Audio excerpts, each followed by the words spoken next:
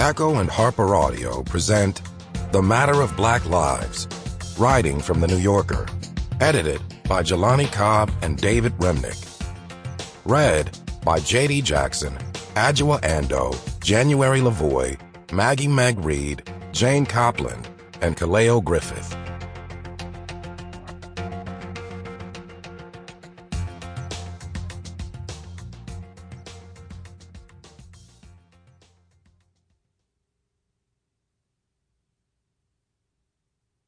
A note before we begin.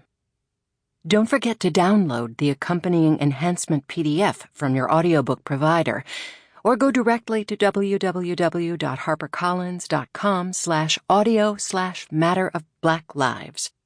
The enhancement contains a list of contributors. All pieces in this collection were originally published in The New Yorker. The publication date is given at the beginning of each piece. Foreword. Jelani Cobb.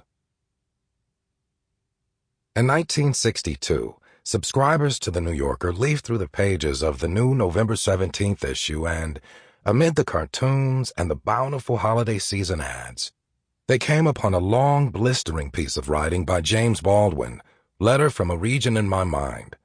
The tone, and also the subject of Baldwin's prose, was unusual, even shocking for the magazine. As Ben Yagoda writes in About Town, a history of the magazine, The New Yorker had in its early decades largely kept the subject of race at a distinct remove from its readers.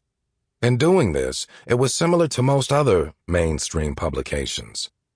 There were exceptions, including Rebecca West's masterly 1947 account of a lynching trial in South Carolina, comment pieces by E.B. White gently criticizing discrimination, profiles by Joseph Mitchell, Whitney Balliet, and Bernard Taper, and short fiction by Nadine Gordimer.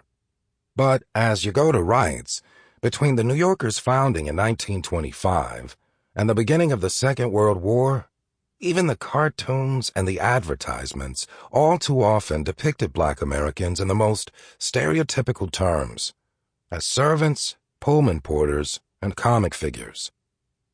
Baldwin's essay was, for many readers, a jolt, a concussive experience. It gave no comfort to what Baldwin called the incredible, abysmal, and really cowardly obtuseness of white liberals. As an indictment of American bigotry and hypocrisy, tackling themes of violence, sex, history, and religion, the piece continues to resonate more than half a century later. The New Yorker had long employed the rubric, letter from ... letter from London, letter from Johannesburg, as a way to announce the far-flung locations of its correspondence. Baldwin's title indicated that he was writing most of all from his inner depths. When he published the essay as a book the following year, he called it The Fire Next Time. Letter from a Region in My Mind, which appeared before the March on Washington and the Civil Rights and Voting Rights Acts, helped to reorient the American discussion of race. The piece also helped to push the magazine, which reached a well-educated if monochromatic readership, toward deeper thinking and reporting about an essential American subject. And yet its appearance in the magazine was a matter of publishing happenstance. Like many freelance writers and artists, Baldwin habitually juggled multiple assignments and commitments. He had promised William Shawn, the editor of The New Yorker, a long report on his travels to the post-colonial states of Senegal, Sierra Leone, Liberia, Guinea, and Ghana. At the same time, he was working on a piece about his youth in Harlem for Norman Podhoretz, the editor of Commentary. The multitasking did not stop there. Baldwin was also trying to finish his third novel, Another Country. Somehow the African trip, while important to Baldwin as a matter of personal experience, did not inspire successful writing.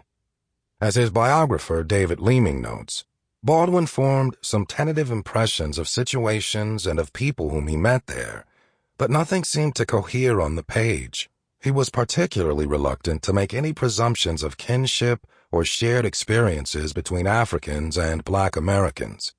The trip had the Sample complete. Ready to continue?